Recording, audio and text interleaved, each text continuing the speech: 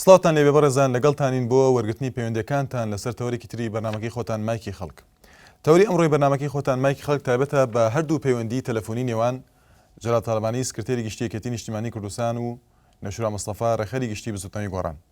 تا چەند ئەم دوو پەیوەندیە تەلەفۆنیە گرنگن بۆ دۆخی ئێستای هەرێمی کوردستان بە تایبەتی و بەگشتی دۆخی عێراق کە وەک چاودێریانی سیاسی دەڵێن لە قەیراندایە و مەترسی زۆری لێ دەکەوێتەوە بە تایبەتی ململانە سیاسەکانی نێوان مەزهەبی سونە و شیعەکان. ئەمە لە کاتێکدایە کە چەندین کێشەتر لەم چەند ڕۆژەدا یاخود لەم هەفتەیەدا بینیمان لە عێراقدا تەشەنەیان کردووە بەو شێوەیە کە تا ئێستاش مەترسی ئەوە هەیە کە حکوومەتی عێراقی هەڵبۆشێتەوە. ئەمە لەلایەکەیە کە هەندێکیش دەڵێن مەترسیەکان قوڵترن لە چاو کێشە پێشوویەکانی عێراق بە تایبەتی لەگەڵ کۆتایی هاتنی پرۆسی سەربازی هێزەکانی ئەمریکا لە عێراق و کشانەوەی هێزەکانی ئەمریکا لە عێراق.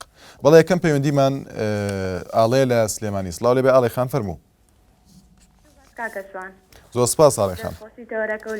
زۆر سپاس دەکەم. بەڕاستی بەڕای من ئەم پەیوەندی تەلەفۆنی نەوشیروان و مامجەلال بەڕاستی کاریگەریەکی هیچ باشی نابێت، چونکە هەتاکو دوێنێ بوو بە یەکتریانەوە گێرە شێوێن و لە کەناڵەکانی گەلی کوردستانەوە ڕخنەکانی یەکتریان لێ ئەیە، بەڵام ئێستا سێرەکەی بینی بە پەیوەندی تەلەفۆنی قساکەن و ئەی باشە مەسەلەیەکی کوردی هەیە ئەڵێ مەنزڵ بۆ سەر قاپی خۆیە گەڕێ، ئەمە لە بینی نەوشیروان و تاڵەبانیان ڕوویاوە.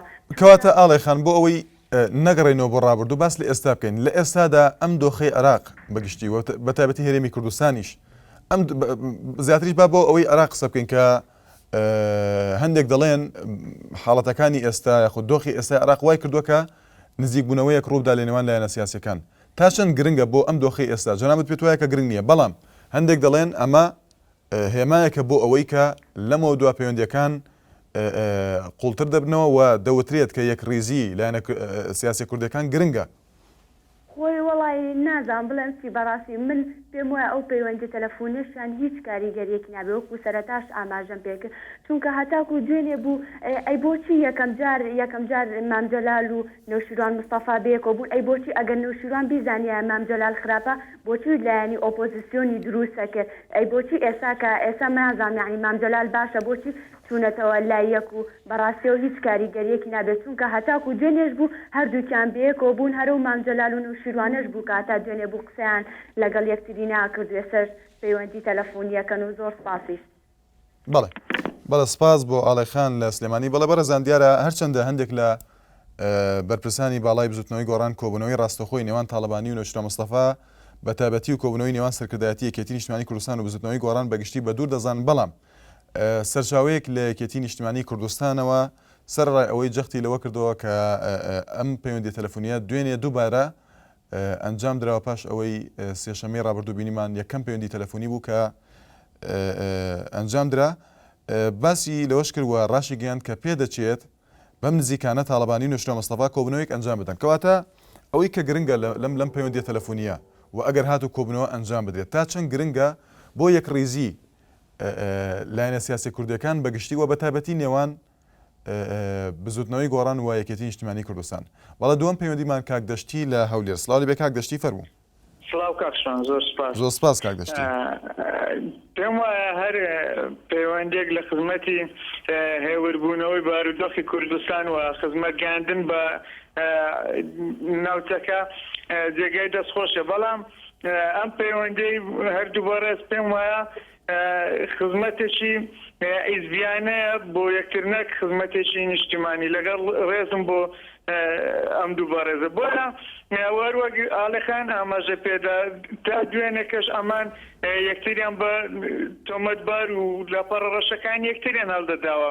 ئیمڕۆکە هەڵبژاردننی مافەزەکانمان لە پێشە دەکرێت ئەوانیش ئامادەکاریەک بۆ خۆیان بکەن. دەبینن گۆڕان برادەرانی کۆمپانیای وشە ڕۆ لاوازبوون دەچن، یەکێتی لە سنووری سلێمانی دیسان ڕۆ لاوازبوون دەچێت دەرهێنانی نەوشەرا مستەفاش لە مستە کوچکە ئۆپۆزیسیۆنە دیسان ئەمە هەنگاوێکە قسەی لەسەر دەکرێت و دیسان نەوشەرا مستەفا ئەوەی کە دەبینین برادەرانی کۆمپانیای وشە دەڵێن نەوشەروان ڕازی نابێ و ئێمە ڕازی نینە لەگەڵ برادەرانی یەکێتی دابشین دیسان هەنگاوێکە.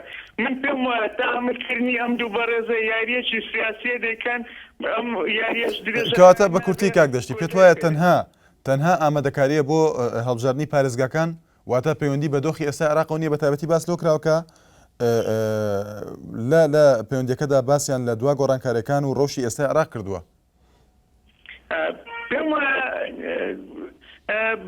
سەرۆکی کۆمپانیە وشە بەڕێز نەوشێروان ناتوانین معادلەی سیاسی عێراق بگۆڕێ ئەگەر نەدەهاتەوە بۆ مێزی دیالۆگ من خوێندنەوەشم دیسان بۆ ئەوەیە هەر پەیوەندێک لە خزمەت نیشتماندا بێت لە خزمەت هەرێمی کوردستان بێ ئەمە جێگەی دەستخۆشە بەڵام دیسان دێڵێمەوە ئەم بەڕێزە پێم وایە دیسان دەوێت دەستکەوتێکی سیاسی و مەرامێکی سیاسی لە ساحەی سیاسی بەدەست بەڵێ زۆر سپاس بۆ کاک دەشتی لە هەولێر زۆر سپاس بۆ پەیوەندەکە بەڵێ ئازان لەسەر تۆڕی کۆمەڵاتی فیسبوک بە ناوشانی facebook.com/نالیا تیڤی دەتوان ڕاو تێبینی سەرنجەکانی خۆتان بێنن لەسەر تەوەری بەرنامەکە نامۆ هیوا دەڵێت کاریگەریەکی زۆری دەبێت و هیوادارم ڕق و کینە و بەرژەوەندی بخەنە لاوە لە پێناو بەرەو ئارامکردنەوەی دۆخی کوردستان وەکو دوو کەسی بەرپرسیار مامەڵە بکەن هەروەها محەممەد هەڵەبجەی دەڵێت بە بیستنی ئەم هەواڵە دڵخۆش بووم بەڵام ئایا ئەم پەیوەندیە تەلەفۆنیە دەبێتە هۆی ئاشبوونەوەی سیاسی نێوان جەلال تاڵەبانی و نەشوان مستەفا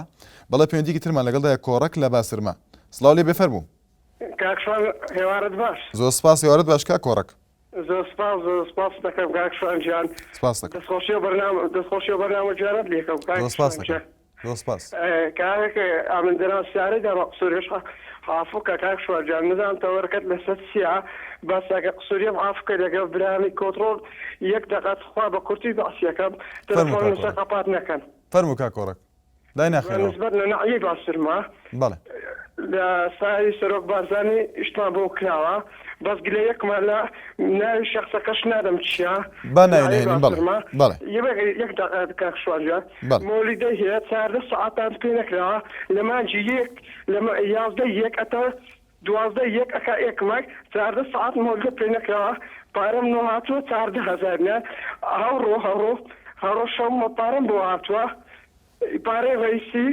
17 ساعتم کارەبای ڕیسی هەیە کارەبام نواتێ وەستم هاتە 6,000 میارە بە 3 مانگ ئاگە چ قانونەکە بی بۆ داواش دەنگۆکەم لە برای بەڕێزەکانەکەم لە کۆتڕۆلەوە ئەتاگاتە سەرۆشێرم ئەوە بکە کارەبای مۆلگەکانمان بۆ لابن پێمان ناوێت بەڕاست بێ بەنسبەت کارەبای مۆلگی قسەیەکەم کارەبای مۆلگەمان ها زۆر سەفرە پێ ناکە ئەو جمعی ئەولا پرتانشی گازی هاتیە ئامنیان دەبوومە تەقەوەی 45 دقیقە گاز بەتاکەوە ئاشەوەدا 6,000 پارەی مۆلگەکان بەڵێ زۆر سپاس بۆ پەیوەندەکەت کە کۆڕەک لە باسرمە بەڵێن نێوار لە قەسرۆک سڵاو لێ بێفەرموو بەڵێ کاک نێوار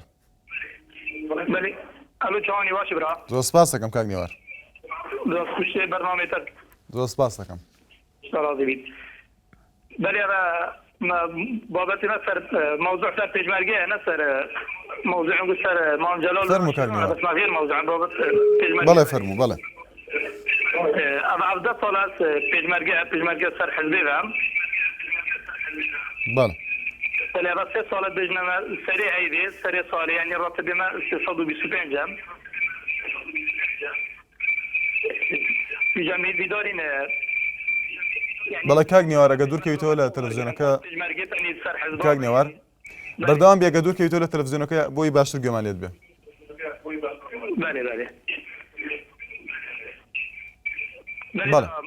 وەکی من گوتێ هذا شخص يعني تقريبا 3 صالة هذا نقول سريع هيدي سريع صالة دراسة بنقول جدا كان حتى يقول هيك شيء ديارين نعم. بله.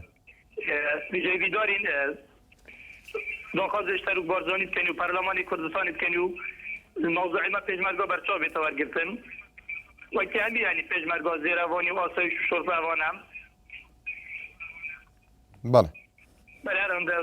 بله زۆر سپاس بۆ کاک نێوار لە قەسرۆک مامۆستا کەمالمان لەگەڵدا لە عەربەتەوە سڵاو لێ بێ مامۆستا فەرموو هێوارتان باش زۆر سپاس مامۆستا کەمال زۆر سپاس عەفو مامۆستا جەمال نەک مامۆستا کەمال ببوورە مامۆستا جەمال لە عەربەت ئەگەر هاوکارانم ناوەکی بگۆڕن بەڵێ زۆر سپاس دەستخۆشی بەرنامەکانتان لێ زۆر سپاس دەکەم بەڕای من هەندێک بۆ چوونەکان غەڵەتێک گەیشتنێکی تایە ئەگەرەک و ئەو پەیوەندیی نێوان بەڕێز مام جەلال و کاک نێوشیروان ببێ بە پەیوەندیەکی ڕاستەقینە شتێکی باشە بۆ میلەتی کورد. ئێمە هەمومان نەتەوەیەکین، هەمومان لەسەر ئەم خاکە ئەژین.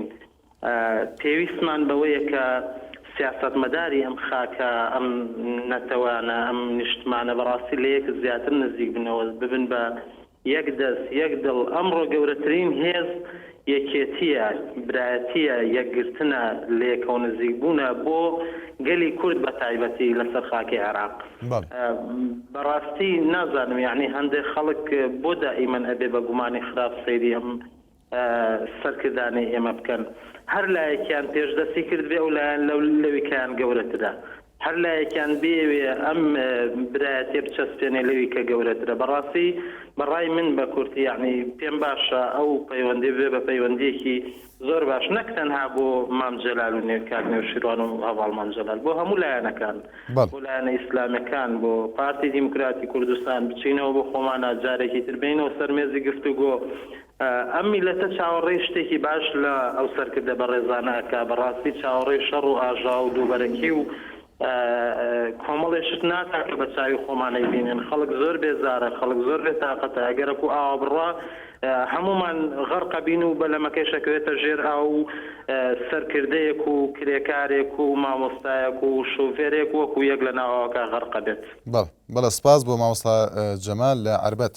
بەڵێ بروسک لە چەمچەماڵ سڵاو لێ بێفەرموو. باشە زۆر سپاس دەکەم کاکشوانگیان وڵی بەسێک لە حەزێک و دواتر لەسەر مۆزوعەکەت قساکەم. حەزەکەم بەرنامەی بکەی لەسەر ئەو کەرکووکیانە بەڕاستی لە ناو چەمچەماڵیان یعنی خواردووە با بگەڕنەوە شارەکەی خۆیان بۆ یعنی بۆی چیتر ینی کورد زۆر بێ لێ. کاک بروس بەڵێ کاک بروس بەو شێوەیە قسە نەکەین لەوە چه هەندێکیان ئاوارە بن و بە شێوەیەکی گشتگیر قسە نەکەین بۆ بڵێن کەرکووکیەکان وانکە یان هەموو شتێکیان خواردووە. ئەگەر ڕخنەیەکت هەیە بابەتیانە بیخەڕەوە فەرموو.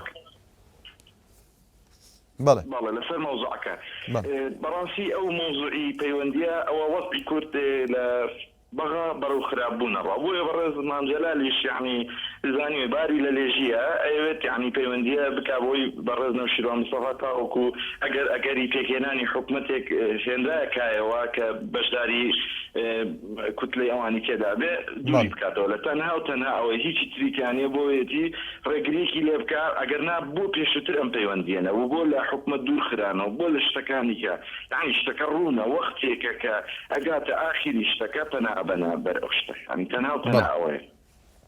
بەڵێ سپاس بۆ پەیوەندیەکەت ڕزگار لە سلێمانی. سڵاو بێ کاک ڕزگار فەرموو. لە تۆش دەستخۆشیت لە یەکەم کاکە لەم بەرنامە جوان. زۆر سپاس کاک ڕزگار. کاکەجان ئەم خەڵکە کاتێک نزیک بوونەوەیەک دروستە بێت لە بینی هەردوو حزبێکە تر بە پێچەوە هەنێشکە لێ چێنەوە ئارەزوی خۆیانە.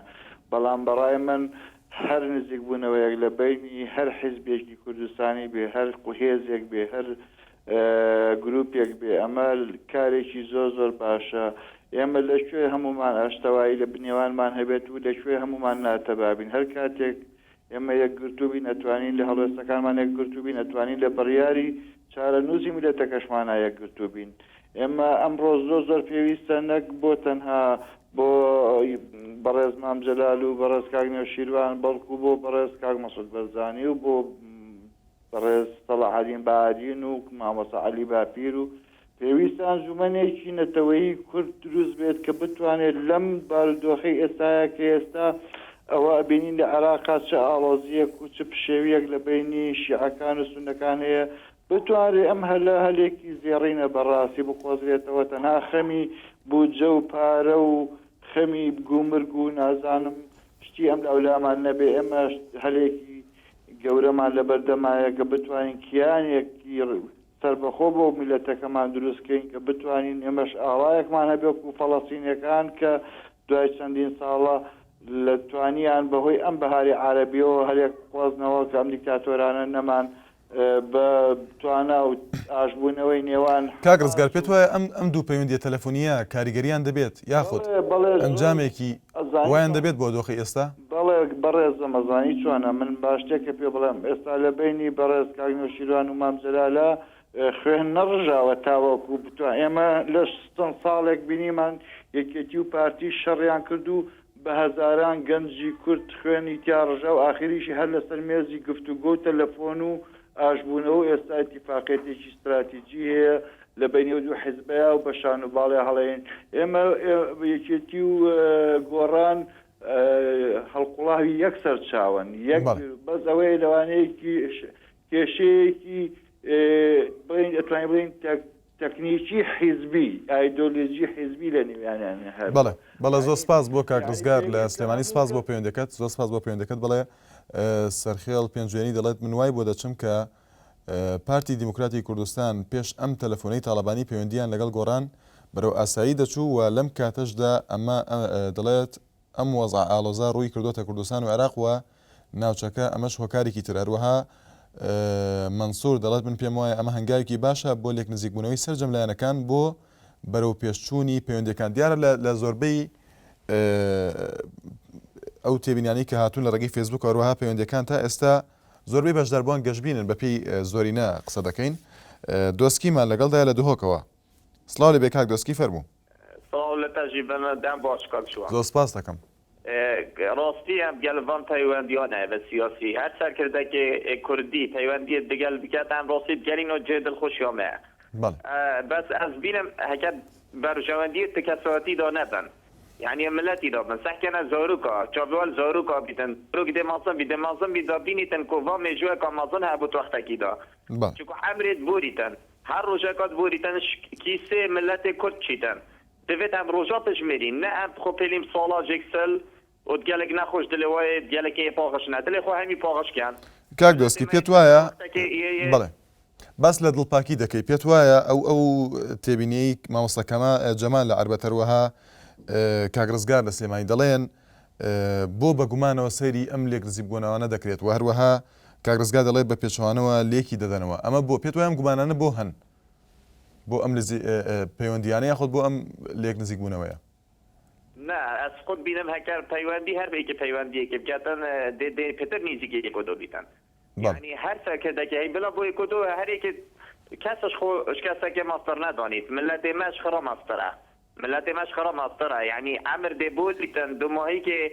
دیگه لکن نفرین کسا کن اوه خبات نکری بو کردستانه اوه کردستانه نگاه بیا بینگاه وکا باشتر و از دستخوشی الوان همیات کم و کاکشوانی ناوشیروان مصطفی و عرص امام جلالی جو هر سرکردگی کردی بتن حزبت اسلامی جی بس متشتکی دیجی اینا کاکشوان هم حس که این اعلام ما کردی جی بس صابنه کدو یعنی بس يعني بساكي قناة تو خود بيجي الشارع هم حسنا که نفتشتجی پیدا بن و من بيت چکش بابتی دکر نکر رخصت بید بله فرمو سر پرورده راستی گلک ما مستا حوالت میت هین گازنده که مازن یا سیدای ویسی هی ما مستا ویسی رویت بره پرورده قصا دوه که یعنی وقت بیشن بجن نلوی آسته پنجیه که تعامل دیال ما مستا که چر رزیل ما مستا اینا گرید یعنی هست که ما مستا هم خود بشن سیدای ویسی توشی ما مستا توش کسی که زیده ترنینی تو رویت بری تو بر خدمت ما مستا تو سروی کسی که بو ما مستا تو نه هاتی ویرش نستا هیویتانی رزیل ما مستای بگیری توشی ما مستای توش زیده ترنینی و دست خوشی الهمیات کین و هوا و هر سرکتی من بله زۆر سپاس بۆ کاک دۆسکی لە دهۆک بەڵام محەممەد لە ڕانیە سڵاو لێ بێ کاک محەممەد فەرموو کاک محەممەد لە ڕانیە وڵە دیارە پەیوەندەکەی داخرایەوە تێبینی ترمان بۆ هاتووە شەهێن عەبدوڵڵا دەڵێت بەڕاستی ئەم پەیوەندیە تەلەفۆنیە بەکارێکی باشی دەزانم ئەگەر دەسەڵاتدارانی کورد لە ناوخۆ کۆک نەبن بۆ پێویستە لەسەر چارەنووسسازەکان کۆک بن بە تایبەتی لەم تەنگژەیی ئێستای کە عێراق کەوتووە ئیمانمان لەگەڵدایە لە کەرکووک سڵاو لێ بێ فەرموو زۆر سپاس ئیمان خان بەڵێ ئیمان خان ئەگەر شوێنەکەت بگۆڕی بە باشی گوێمان لە دەنگت نییە بەڵێ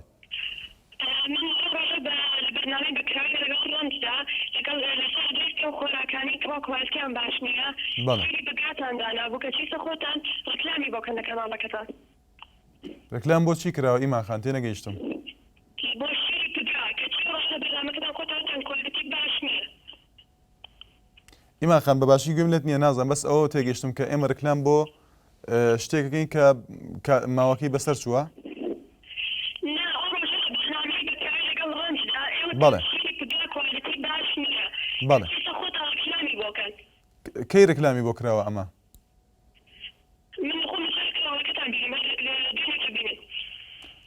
نازانم ئیماخەم، بەڵام هەر ڕکلامێک کرابێ بۆ هەر شتومەکێک هەر خواردەمەنیەک بێگومان ڕەشاوی ئەوە کراوە کە ئەمە ماوەکەی بەسەر چووە یان نا دڵنیان لەوە ئەگەر قسێکت هەبێت لەسەر تەوەرەکە ئیمان خان.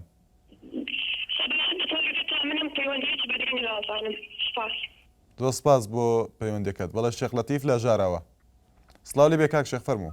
سلام علیکم. زۆر سپاس. ئەو کاتت باش بەڕێزم. زۆر سپاس دەکەم. بەڕاستی تەوەرێکی گرنگە لە بارودۆخی ئەمڕۆی هەرێمی کوردستان. بەڵێ. و بۆ ژاندنی پەیوەندی نێوان دوو سەرکردەی کورد کە دوای دابڕانێکی زۆر دوای ململانەیەکی سیاسی زۆر لە هەرێمی کوردستان کە سەری هەڵدا. بەڵێ. بەڕێز من بەگەزبینی دەزانم لەبەرەوە یەکێک لە پەیڕۆ پرۆگرامی بەڕێز نێوشیروان مستەفا ئەوەیە کە لەگەڵ هەموو سەرکردەکانی کورد لەگەڵ هەموو پارت و لایەنە سیاسەکانی هەرێمی کوردستان دۆستایەتی نەک تەلەفۆنی دۆستایەتی نزیکتر بەگرە لە تەلەفۆنیش هەیبێت ئەگەر ئەو تەلەفۆن و پەیوەندی لە بەرژەوەندی گەل بێ لە بەرژەوەندی خەڵکی کوردستان بێ و من بە شتێکی گرنگ و بە شتێکی چاوەڕوان نەکراوی نازانم دڵنیام کە لە داهاتوودا بزوتنەوەی گۆڕان پێم وایە هەنگاوی زیاتر دەنێ و بە شتێکی باشی دەزانم ئەو پەیوەندیە تەلەفۆنیە چکین ئێمە وەکو میلەتی کورد بەڕاستی تەجروبەمان هەیە لە ململانەی سیاسی لە کوردستان هەر لە شەڕی ناوخۆ بگران بە تایبەت کە زۆرێک لە برادرانێکی ئیشارەتیان بەوەدا کە سەرکردانی کورد بەڕێز مام جەلال تاڵبانی و کاک مەسعود کە زۆر جار قسەیان لەسەرەوە کردووە کە ئەوان تەوقە لەگەڵ یەک نەکەنەوە و بەڵام لە هەمان کاتدا بارودۆخێک هاتە گۆڕ کە ئەوە نەما. با ئێمە واس لەو لۆژیکە بێنین کە پێمان کارێکی باش نەبێت چکە میلەتی کورد بەڕاستی میلەتێکی زوڵم لێکراوە و ئێمە بە نەسبەت نەک هەر کوردستان دەرەوەش ئەمە شتێکی باش. کەواتە کاک لەتیف باس لە لۆژیک دەکەی پێت وایە ئەم پەیوەندی ئێستا ئایا لۆژیکێکی نوێ دەێنێتە کایەوە لە دۆخی ئێستای بەتابەتی دۆخی سیاسی هەرێمی کوردستان؟ بەڵێ بە دڵنیایی ئەوە کارێکی گرنگە و ڕێگەیەکە دەرگایەکە بۆ کردنەوەی هەموو لایەنە ئاشتیەکان و خەونێکە ئەوانەی کە خەونیان بە ئازادی و بە یەکێتی و بە تەبایی و بە مەحەبەت و خۆشەویستی و دیوە لە کوردستان و ئێمە وەکو کورد وەکو هەموو پارتە سیاسیەکان لە کوردستان هەمومان دەبێت لەسەر یەک سفرە و خوان لەگەڵ یەک بین چکی هەمومان خاوەنی کوردستانین و پێم وایە ئەوە هەنگاوێکی باش بوو و هەنگاوێکی سەرکەوتوی دەبێت لە داهاتوودا. بەڵێ سپاس بۆ شێخ لەتیف لە ژاراوە لەسەر تۆڕی کۆمەڵاتی فەیسبوک هەنگاو دڵشاد دەڵێت زۆر کارێکی باشیان کردو دەستیان خۆش بە دەرەوەها. ڕۆژنامەنووس سلێمان جەرجیس دەڵێت زۆر گرنگە لە سەروبەندی کشانەوەی هێزەکانی ئەمریکا و تێکچوونی باری ئەمنی عێراق کورد بیرێک لە خۆی بکاتەوە و ماڵی یەک بخاتەوە بە تایبەتیش دۆزینەوەی ڕێگە چارە بۆ کێشەی ناوچەداڕاوەکان و جێبەجێکردنی مادەی 140 ئاسۆدارە دەڵێت داوا لە سەرکردایەتی کەتی نیشتیمانی کوردستان و گۆڕان دەکەین دیارە پێشنیازێکی کردووە کە دەڵێت بە زووترین کات یەک بگرنەوە. بەڵێ کرێکارمان لەگەڵدایە لە چوارخۆرنەوە. سڵاو لێ بێ کاک کرێکار فەرموو. کاشوانێوارە باش. زۆر سپاس دەکەم ێوارەت باش. بەنسبەت تەوەرەکەتەوە کاشوان من دوو بۆ چون بۆ هەیە بۆ جەنابتان. یەکەمیان بەڕای من ئەگەر بێت ئەو تەلەفۆنەی جەنابی مام جەلال بۆ کاک نێوشیروان بە مەبەستی ئەوە بێ کە بزوتنەوەی گۆڕان بەشداری بکات لە حکوومەتەکەی داهاتووی دەتوان بڵێم پارتی دیموکراتی کوردستان بەسەر و کاتی کاگنێسی ئەوە بەڕای من وەکو من قڕشەی دێکی نیشتیمانی کوردستان بەکارێکی خراپی دەزانم بۆ ئەوەی هۆکارەکەشی بۆ ئەوەیان بۆ ئەوەی دەرکەوێت کە حکوومەتەکەی یەکێتی کە بە سەرۆکایەتی جەنابی دکتۆر بەرهەم چی کرد بۆ کوردستان و بۆ کورد لە هەمان کاتدا ئەوەش دەرکەوێت کە حکوومەتەکەی پارتی بە سەرۆکاتی کاکنێسیڤان چ دەکا بۆ کورد ئەمە لەلایەک بۆ چوری دومیشم ئەگەر بێت و ئەو پەیوەندیکردنەی پەیوەندی تەلەفۆنی نێوان جەنابی مام جەلال و کاک نێوشیروان بۆ ئاساییکردنەوەی پەیوەندی نێوان یەکێتی نیشتیمانی کوردستان و بزوتنەوەی گۆڕان بێ دەستخۆشی لە هەردوو لاکەم لەبەرەوەی پێویستە ئەو ڕایە هەموو تاکێکی کورد بزانێ ئەگەر بێت و بە کەمبوونەوەی دەسەڵاتی یەکێتی لە کوردستاندا دەبێتە هۆی وەکو مەسەلە کوردەکە کە دەڵێ گڵۆڵەی هەر هەموو حیزبەکانی تر دەکەوێتە لێژی بەرامبەر بە پارتی دیموکراتی کوردستان. نزیکترین نمونەش لەم بارەیەوە دوای هەفتەی شوبات بوو کە بینیمان بە ئەگەر بات و یەکێتی نەبووە سەبەب ئەوە بە دڵنیاییەوە گردەکە وێران دەکرا لەلایەن پارتی دیموکراتی. کەواتە کاکرێکار دوور لەو دوو خاڵی کە باسی لێوەکردن تا چەند ئەمە گرنگە بۆ دۆخی ئێستای عێراق؟ دۆست باوڵین ئێستا لە عێراقدا کێشە زۆرە بەڵام ئێمە وەکو کورد دەتوانین کێشەکان دوورکەوینەوە ئەوە کێشەیەکی تایفیە لە نێوان سنی و شیعەدا کورد دەتوانێت لەم حاڵەتە دوورکەوێتەوە بەڵام بەنسبەت پەیوەندیەکەی نێوان هەردوو بەڕێزیانەوە ئەگەر بۆ ئاساییکردنەوەی پەیوەندی خودی یەکێتی و بزوتنەوەی گۆڕان بێ ئەوە سەرکەوتووترین کارەکەیە بەرجای مامزلال دەکات لەم لە ئێستای هەڵمەرجی ئێستای کوردستاندا. بەڵێ سپاس بۆ کاکرێکار لە چوارقورنان بەڵێ ئازاد لە دهۆک. سڵاوی بێ کاک ئازاد فەرموو. بەڵێ پێشایەم و دەستخۆشی لە کەناڵەکانی ئێنارتی دەکەم بەم شێوەی ئازادی قسە دەکات. تۆ سپاس دەکەم. بەڵێ ئێمە زوو پێمان خۆشە کەناڵەکانی ئیشتای لە هەرێمی کوردستان بە کەناڵی ئازاد چونکی ئێمە وڵاتێکین باخۆی دەزانین چی ئێمە حکومەتێکی هەرێمین ئێمە بزانین ئێمە دەوڵەت نین چونکی ئەولانە لە خۆ بکەیت ئەولانە لە خۆ بکەشیت ئەبێت ئێمە بە ڕاستەقینە قسە بکەین یعنی ئەو قسە بکەین ئەو قسە نەبێتە گلە شێوێن یان زیرەکەوی سەر یاسا یانجی دانی وەضعی وڵاتمان ئێمە لە وڵاتی خۆمان بکەچین لە دەوروبەری خۆمان بکەچین ئێمە ناو قایقەکین ئەو قایقە ناو بەحرە ئاوە کە بزانین ئێمە مەسیرەمان لە کۆ دەچێت مەسیرمان لە کۆ دەڕۆتن بزانین ئێستا ئێمە لە وەقعەتی سیاسیدا لە بزانین وەضعی بەغا لە کۆ دەچێت وەضعی تورک و ئیران وەضعی دەوروبەرمان زۆرە یعنی دژمنمان هەمومان دەست بە دەست بزانین دەستی خۆمان بە دەست یەک بدەین خزمەتی گەل وڵاتی خۆ بکەین کە نیشتیمانمان ئازاد بیت چونکی جێدەجدا وەکی ئێناتی دەبێنیان کەناڵەکانی دیکەی ئازاد دەبێنێت یعنی بزانین یان شتێکم مێش بیت ئەکەنە گامێش زۆر گەورە دەکەن ئەوە نابێت ئێوە بەڕاستەقی نەقسە بگەلەوەین دەستیمان بگەستی ئێوەین وڵی زۆر کیموخاسمان هەیە بەس باو کیموخاسیە بە ڕۆژێکان بە دوو ڕۆژ ئەمە 10 ڕۆژ تەواو نابێت وتکی ئەم ئازادی ئێستا بە دەستمانە باوەڕ نەکە هیچ وەختێکم هیچ جۆگە بەدەستی هیچ کەسێک بێتن چونکی ئەگەر بە دەستمان چۆگە وەکی هەرم گوتی یعنی ئێمە ناو قایقەکە ئێمە هەمووان دەفەوتین. بەڵێ سپاس زۆر سپاس بۆ کاک ئازاد لە دهۆک زۆر سپاس بۆ پەیوەندەکەت وچانێک و دێنە وڵاتان ئازیزان.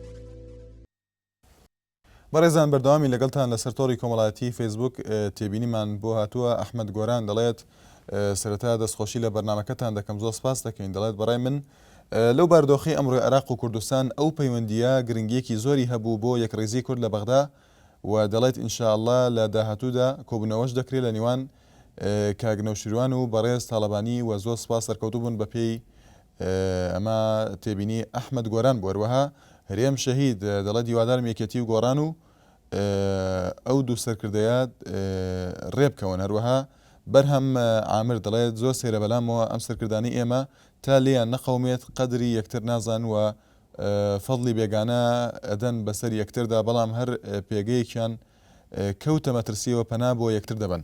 بەڵێ ئاراسمان لەگەڵدا لە سلێمانیەوە سڵاوی بێ کاک ئاراس فەرموو. زۆر سپاس هەموو کاتێکت باش کاک ئاراس. دەخۆشیەوە بەنامە چاکەولیەکەم و هیوادارین هەمیشە لە ناو کوردستانە برایەتی و ئاشتی هەبێت وەکو بەڕێز مامجلال و کاک نەوشیروان کە هەردووشان برای یەک بوون و سەرکردەی ئەم خاکە بوون ئێستاش ئێمە بە ناوی هەموو کوردەوە پیرۆزبایان لەکەن هیوادارین کورد هەروە لە پێشکەوتنا بێت و سپاس. بەڵێ کاک ئاراس تێبینی سپاس بۆ پەیوەندەکە دیارە هەرە و تێبینی هەبوو بەڵێ لوقمان لە سێ سادق سڵاو لێ بێ کاک لوقمان فەرموو. ئەلۆ کاکت باش زۆر سپاس کاک لوقمان. زۆر سپاس دەتان خۆش بۆ تۆڕەکەتان لە کاتێکی پێویستە شتێکی زەرورە من دەستخۆشی لە بەڕێز جەنابی مامجلالەکەم بەڕاستی جەنابی مامجلال وەک پیشەی هەمیشەیی چۆن هەمیشە دەست پێشخەر بووە هەمیشە جەنابی مامجلال کلیلی کردنەوەی هەموو گرێ کوێرەکان بووە ئەو لەلایەن ئەو سەرکردەوە ئەو شتانە کراوە حقیقەتیش لە سیاسەتە ڕق نییە هەڤاڵ مامجلال و هەڤاڵ نەوشیروان مستەفاش دوو تێکۆشەری دێرینی دوو مؤسسەسی حیزبێکی تێکۆشەری دێرینی کوردستانیە کەواتە ئەم دوو تێکۆشەرە ئەم دوو سەرکردەیە ئەگەر مدتێکی کەمە لە یەکجا بۆ بنەوە لەبەر هەندێک ئایدۆلۆژیای جیاواز کە لە بیر و ڕای جیاوازیان هەبوو بێ ئەمڕۆ ئەگری هەندوو تێکۆشەرە پێکەوە کۆ ببنەوە بڕیار لە چارەنووسی سیاسی خەڵکی کوردستان و عێراق بدەن چکە ئەمڕۆ ڕۆژێکی گرنگە لە ڕاستیە بۆیە بۆ هیچ کەسێک بەلایەوە شتێکی ئەوەندە قورس و ئاڵۆز نەبێت ئەگەر بەیانی جەنابی مام جەلال کەواتە کاک لوقمان ئەوەی زۆر پرسیار دەکرێت ئەنجامی چی دەبێت ئەم پەیوەندی تەلەفۆنیە و کاریگەری چی دەبێت و دیارە بەپێی سەرچاوەیەکی یەکێتی نیشتیمانی کوردستان کە پێدەچێت بەم نزیکانە کۆبوونەوەیەک ئەنجام بدرێت لە نێوان یەکێتی نیشتیمانی کوردستان وە بزوتنەوەی گۆڕان. ئەنجامی ئەم پەیوەندیە تەلەفۆنیە ئەم لە یەکتر نزیک بوونەوە کە باز دەکرێت چی دەبێت؟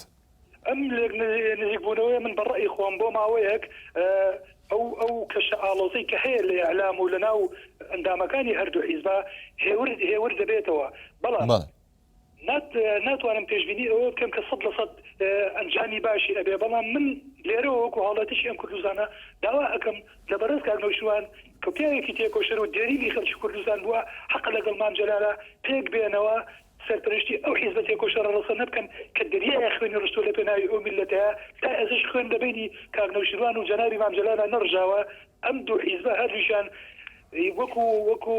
وەکو ئەوە هەردووشان لەژێر ماڵێکا بوو بن لەژێر شۆڕشێکە خوێنیان پێکەوە داوات بەڵێ سپاس بۆ پێدەکەت لەبەر ئەوە دەڵێن دەستی مام جەلال خۆش بێ دەستی کاکنەوشوان ژماچەکەین پێک بێنەوە زۆر سپاس بۆ کاک لوقمان لە سی سادق بڵێ هێمن لە سلێمانی سڵاو لێ بێ کاگەی من فەرموو ئەم کاتەوە باش زۆر سپاس کاگەی من دەستخۆشی بەنامەکەتان لێدەم زۆر سپاس دەکەم دەستخۆشی لە هەفاڵی بەڕێز مام جەلال و هەفاڵی بەڕێز کاکنەوشوانەکەم هیوادارم ئەمە هەوێنێک بێ بۆ ئاشتەوایی لە کوردستانە و هیوادارم ئەم کۆبوونەوە بێتە هۆکارێک بۆ ئەوەی کە ئیشەڵڵا دانیشتێکی یەکجارەگەی تێدا ڕوو بدات.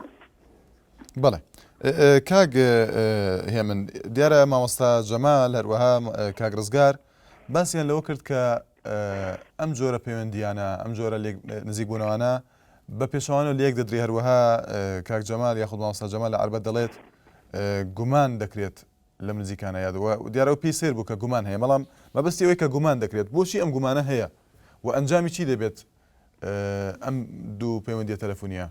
لە بێچەوانەوە من بە گومانی نازانم چونکە ئەم دوو تێکۆشەرە پێشتر لە هەردووکیان بەیەکەوە خەباتیان کردو و بەردەوامیش بوو لە خەباتە لەوانەیە بۆهۆی بیرڕای جیاوازەوە تۆزێک ئیشکالێک هەبوو بێ بەس دڵنیابن ئەمانە ئەم سەرکردانە کەسێکن لە بەرژەوەندی میلەتە ئیشەکەن ئیشاڵڵا بەم نزیکانە کۆبوونەوە شەکرێ. بەڵێ سپاس بۆ پەیوەندەکەت ئازاد لە سلێمانی سڵاو لێ بێ کاک ئازاد فەرموو. سڵاو جەنابتان زۆر سپاس دەکەم. بەڵێ کاک ئازاد دەستخۆشیتان لێ یەکەم زۆر سپاس دەکەم.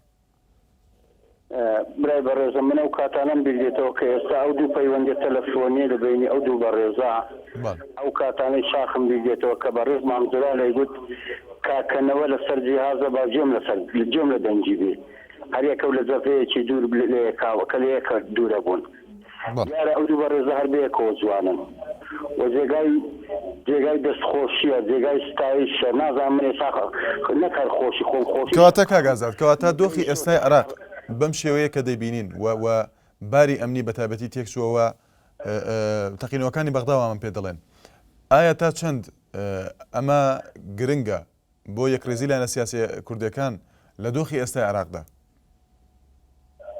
مەڵێ دیارەوە گرنگی تایبەتی خۆی هەیە دیارکە ئێستا کە هەموو کاتێک بەڕێز مام جەلال کلیلیکردنەوەی هەموو گرێچۆرەکان بووە لە بەغاو لە سوێن تەنانەتتانم بڵێم لە دەوڵەتەکانی دەوروبەریشدا زۆر کاریگەری خۆیە بووە ئێستا کەس ئەوەکەی باری دۆخی بەغا تێکچوە ڕەنگە پرشی ئێمە نزیک کوورەکەین ڕەنگە ئەو پرشکانە بەر ئێمە شکەوێتن بەڵام بە یەکگرتنی قیادەکانی ئێمە بە یەکگرتنی گەڵی کورد و ئەحزابەکان هەموو بەیەکەوە یارە ئەتوانین خۆمان تووکەینەوە لە هەندێشت و بتوانین هەندێشتی بەدەستەوە بێنینەوە دەست کە بەڕاستی بتوێنێتەوە ئەو سەراعی بینی ئەواندا ئێمە ئەمڕۆ کاتوانین گەڵی کورد یەک بێ قیادەکان لێبین ئەتوانین لە قمەی قووەتەوە قسە بکەین ئەوانیش ئێستا کە لە ئەضعف الئیمانن. بەڵێ سپاس بۆ کاک ئازاد دەچینە هەولێری پایتەخت و مامۆستا عەلیمان لەگەڵدایە. سڵاو لێ بێ مامۆستا عەلی فەرموو. ئەو کاتت باش دەستخۆشی بەرنامەکە لێ یەکەم بەرنامەیەکی زۆر جوانە. زۆر سپاس دەکەم. کاکە بۆ نێو تەلەفۆنەی پەیوەندیی بەڕێز مام جەلال و بەڕێز کاکنۆشیروان بەڵێ دەستخۆشی لە هەردوو بەڕێزان دەکەم هیوادارم ئەو پەیوەندە تەلەفۆنیە ببیتە مایە ئەوەی کە گۆڕان و یەکێتی نیشتیمانی کوردستانی یەک بگرنەوە لەبەر ئەوەی هەردووکیان بەیەکەوە جوانن و داوا لە هەموو برادەرانی ناوی یەکێتی و گۆڕان دکتۆر شاهۆ کاک عەدنان ئەو برادرانەی ناوێکی دەکەم هەوڵ بدەن لە بۆ سازکردنی کۆبوونەوە تەگەرە نێخنە ئەو پەیوەندیە وا بکەن یەک بگرنەوە بۆ ئەوەی یەکێتی نیشتیمانی کوردستان و گۆران بەیەکەوە جوانن وەکو ئەوەیە دوو گورچی لەبن لە ناو یەک دەستەدا بەڕاستی وە هیوادارم ئەو برادرانەی کە ئەو لە بادینان ئەو مشکلە بووە داوایان لێ دەکەم ئەوانیش یەک بێنەوە یەک بگرن هەڕەشە نەکەن لە یەکتر بە 30,000 نەفەر و بەولا ئەو کەسانەی کە شتی خراپیان کردووە مەسئولن بەلادان نەبێ لایەن بدەن سزا بدرێن بۆ ئەوەی هەمویان یەک برنەوە لەو کاتە ملەتی کورد پێویستی بە یەکگرتنەوە هەیە بەڕاستی یەکێتی ڕیزەکانی ملەتەکەمان دەمان پارێزی ئەگەر بێ و ئێمە هەر کەسە و لە ڕاستە خۆی بە حکومەتێک بزانی بەڕاب کە دوژمن پێمان دەوەستیتن. بەڵێ سپاس مامۆستا عەلی. بەڵێ نازم لە کەرکووک. سڵاو لێ بێ کاک نازم فەرموو. کاکە ئەم کاتتان باش. زۆر سپاس هەموو کاتێکت باش کاک نازم. زۆر وەکو کوڕە شەهیدێکی شاری کەرکووک زۆر خۆشحاڵم بەڕێز مامجەلال و بەڕێز کاک نەوشیروانم دی. زۆر خۆشحاڵم کە دەستی برایەتی و ئاشتی بۆ یەک دروستەکەن لە پێناوی یەکڕیزی نەتەوایەتی کوردایەتی. ئیمڕۆکە ڕۆژی تەبایەتی و برایەتیە لە بینی سەرکردەکانی گۆڕان و یەکێتی و پارتی دیموکراتی کوردستان بوونی بەڕێز مامجەلال و بەڕێز کاک نەوشیروان و بەڕێز کاک مەسعود بەرزانی ئەمانە بوونیان شەرەفێکی زۆر گەورەیە لە کوردستانی عێراق. ئێمە ئیمڕۆکە وەکو کوڕە شەهیدێک زۆر سەربەرزین کە ئەم سەرکردە بەڕێزە تێکۆشەرانە کە لە شاشەی تەلەڤیزۆن دەرئەکەون بەڕاستی دڵی کەسوکاری شەهید خۆشەکەن. کەواتە کاک نازم لە دۆخی ئێستای عێراق بەگشتی تا چەند ئەمە گرنگە؟ بەڕاستی خۆی گرنگی ئەوەیە ئیمڕۆکە کە ئێمە یەک بین و تەبابین ناحەزانی گەلەکەمان چاوچۆرکەین و سەرکوتکەین بوونی یەکگرتوویی و یەکڕیزی ئەم سەرکردانە خۆی لە خۆی هێزێکی بەتوانایی و بەهێزی دروستەکە لە کوردستانە. من وەکو کەسی شەهید جەعفەر عەبدولواحید کە کەس و خزمی منە من خۆم کوڕە شەهیدێکم کە بە ئاگداری بەڕێز مامجەلال کە دایکم شەهید بووە دوو برام حیمایی شەخسی ئەو بەڕێزە بووە لە ساڵی هەشتاکان بەرەوبان کە هەتاکو ئیستاکەش هیچم بۆ نەکراوە و ئێستاکەش زۆر ئومێدم بە سەرکردەکانی کورد هەیە تایبەتی بەڕێز مامجەلال کە شەخسی خۆی بنەماڵی ئێمە ئەناسێ. زۆر خۆشحاڵم و ئەزانم دایکم شەهید نەبوو و زیندووە یەکی وەکو بەڕێز مامجەلال و کاک نەوشیروان و کاک مەسعود لە تەلەڤیزۆن ئەدینم هیوای سەرکەوتنیان بۆ ئەخوازم خوێنی شەهیدەکانمان بە بەلاژ نەڕوا سەرکەوێ کورد و کوردستان. بەڵێ سپاس بۆ کاک نازم لە کەرکووک. عەلی لە هەولێر. سڵاو لێ بێ کاک عەلی فەرموو. ئەم کاتە باش کاکە. زۆر سپاس کاک عەلی. قوربانی تۆم کاکە چند خۆش بە هەمومان وەک براوە بین ئەزانین چند خۆشە ئێمە تۆڵی کاگنێشیروان و مامجەلال تەلەفۆنێکیان بۆ کراوە خصوصە سەرکردە ئەی باشە چی بەواڵی کە مامجەلال و کاگنێشیروان یەکێتیەکی نیشتیمانیان دروست کردووە ئەی باشە ئەوەی کورد بەڵابێ ئێستا ئیشاحەت بووە ئەو پرسیارە لە جەنابتەکە. کاک عەلی با پرسیارەکان بۆ من نەبێ ئەمە تەنها ڕاو بۆ چوونی ئێوە دەخێنە ڕوو لە بەرنامەکە. ئەزایکی ئەمەگیان ئێستا خۆشیەکە ئێستا ئیسراحەتە ئێمە بەس پێویستیمان بەیەکگرتیە پێویستیمان بۆ یەکسانی لەناو خەڵکە لەناو میلەتە بزانین پێویستیمان بەوەیە کە کەرکووکێک کە دڵی کوردستانە ئازادیکەین پێویستیمان بەوە نییە کە باڵگەشت بێتە بکەن ناوی مامجەلالیان کار مەزودیان کار نێوشیروان ئەمانە دەن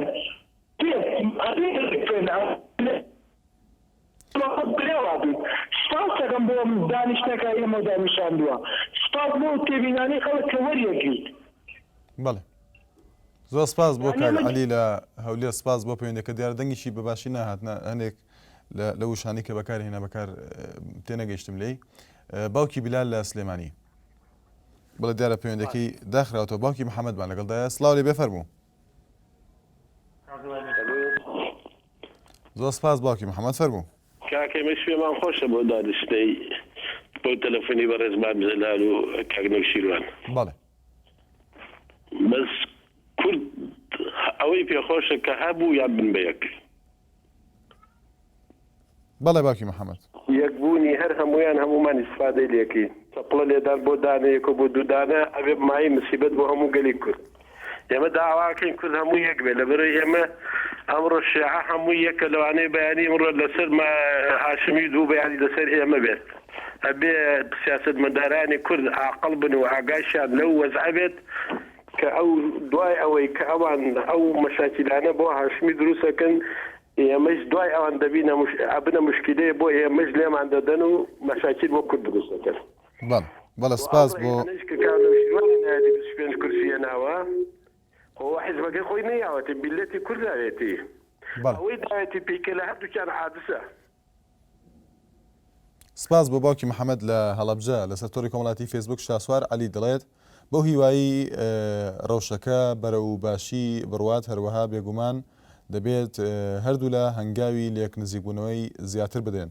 هەروەها بەرهەم ئامر دیارە و تێبینیم خوێندەوە پێشتر دەچینە سەر تێبینی گزنگ دەڵێت من پێم وایە بۆ گەرم و ترکردنی ماڵە گەورەکەی ئەوە خۆی دەڵێت و دەڵێت بۆ سەلماندنی ئەو ڕاستیەیە کە گۆڕان کوڕی ئەو ماڵەیە کە مامە خاوەنیەتی دیارەوە تێبینی گزنگ بوو.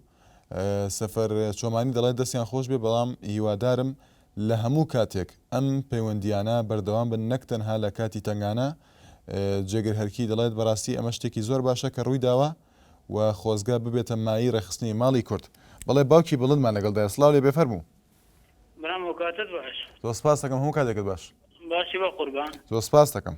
ئێمە وەکو کورد بەڵێ هەموو یەک ماڵین ئەگە ئەو ماڵەش مشکلێکی لەناو بێ هەموو تەرس و جودا بێ هەرێک بۆ لایەکە تێ وایە بە قوربان. ئەلو بەڵێ گوێمان لێتە باوکی بڵێن. زۆر پێمان خۆش بوو بەو پەیوەندی هەردووک بەڕێزانە مامزەلال و کاگنێشیروان ئەگەر بێت و عەرەبەکان خۆیان مشکلێکیان هەبێ فەوری هانە بۆ کوردەنێن بۆ بەڕێز سەرۆک مەسعود بارزانی یان بۆ مامزەلال یان بۆ کاگنێشیروان.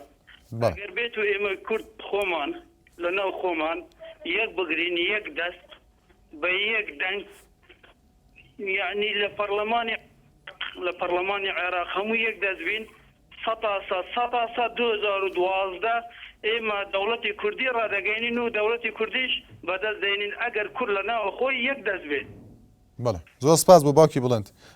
هەنارخان لە کفری. سڵاو لێ بێ هەنارخان فەرموو. ئەم کاتت باش. زۆر سپاس هەموو کاتێکت باش هەنارخان.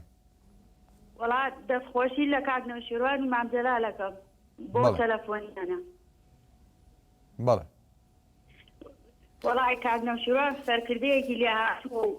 بەڵێ هەنارخان پێت وایە لە دۆخی ئێستای عێراق تا چەند ئەمە گرنگە؟ وڵای یەک ڕێزی ماڵی کورد گرنگە لەم پرۆژەیە و کاک نەوشیروان سەرکردەیەکی دیاری ناو ملەتی کوردە و مامزەلالیش هەر سەرکردەیەکی لێ هاتووە و پێمان خۆشە ئەم تەلەفۆنیە دانیشتنێکی شکەن بۆ یەک و هینە مامزەلالیش هەر ڕئیسێکی تێگۆشەرە و باشە و بەڵێ سپاس بۆ پەیوەندێکت زۆر سپاس. بەڵێ پێم وابێت دوا پەیوەندیمان نەسرین خان لە سلێمانی. سڵاو لێ بێفەرموو. سڵاو لە تۆ کاکە شوانێک. زۆر سپاس دەکەم. سپاس مەمنون. دەستخۆشکەری لە مامزەلال و کاک نەوشیروانەکەم وەکو خوشکی دوو شەهید. بەڵێ زۆر پێ خۆشحاڵم. ئێستا شەهیدەکانی من بە ئارامی لە قەبرەکە بۆ خۆیان مرتاحن کە ئەم دوانە ئێستا هیچیان گرتووە و زۆر پێ خۆشحاڵم زۆر وەکو خوشکی دوو شەهید ساقەوە. زۆر سپاس دەکەم. زۆر سپاس بۆ پەیوەندەکە. سپاس بۆ نەسرین خان لە سلێمانی کە دوا پەیوەندیمان بوو لەسەر تۆری کۆمەڵاتی فێسبوک ڕەوەز حەسەن یاخود ڕەوەز حوسێن دەڵێت من وەک چاودێرێکی سیاسی با کارێکی زۆر باشی دەزانم چونکە هەردوو لا کەسایەتیەکی دیار و کاریگەریان هەیە لە کوردستان و عێراق و ئەم پەیوەندیە تەلەفۆنیەش بەکارێکی زۆر چاکی دەزانم بۆ لێک نزیکبوونەوەی هەردوو لاروەها لاوان فەریق دەڵێت هیوادارم بەم نزیکانە کۆبنەوە ئەنجام بدەن و ڕێ بکەون لەسەر یەک هەڵوێستی دەنگی کورد و دروستبوونی دەوڵەتی کوردی. دوا تێبینی فەیسبوک میر کوردی دەڵێت بەڕای من مام جەلال و نەوشیرا مستەفا دەیانەوێت ڕێکەوتنێک لە دژی دیارە ئەمە پێشنیازێکی کردووە خۆت پێی وایە کە لە دژی لایەنێکی ترە بۆی ناوی لایەنەکەمان نهێنا بۆیە تەنها یەک تێبینی دەخوێنینەوە. ڕێباس لێمانی دەڵێت زۆر خۆشحاڵین بۆ پەیوەندیە تەلەفۆنیە و هیوادارین بەرەو پێش چوونێک بێت بۆ بگاتە ئاستی ئەوەی بچنەوە ناو یەک و ئامانجی بزودنەوەی گۆڕان و یەکێتی نیشتیمانی کوردستان هەمان ئەو ئامانجەیە کە سەرەتای دروستبوونی یەکێتی هەبووە دیارە بەپێی تێبینی ڕێباس لێمانی ئەو تێبینیەمان خوێندەوە. بەڵام ئەزانسبێنێ هاوکارم هەکانی هەلی لەگەڵتان دەبێت بۆ تەوەریکی تر چاوەڕوان بن. هەر شاد بن.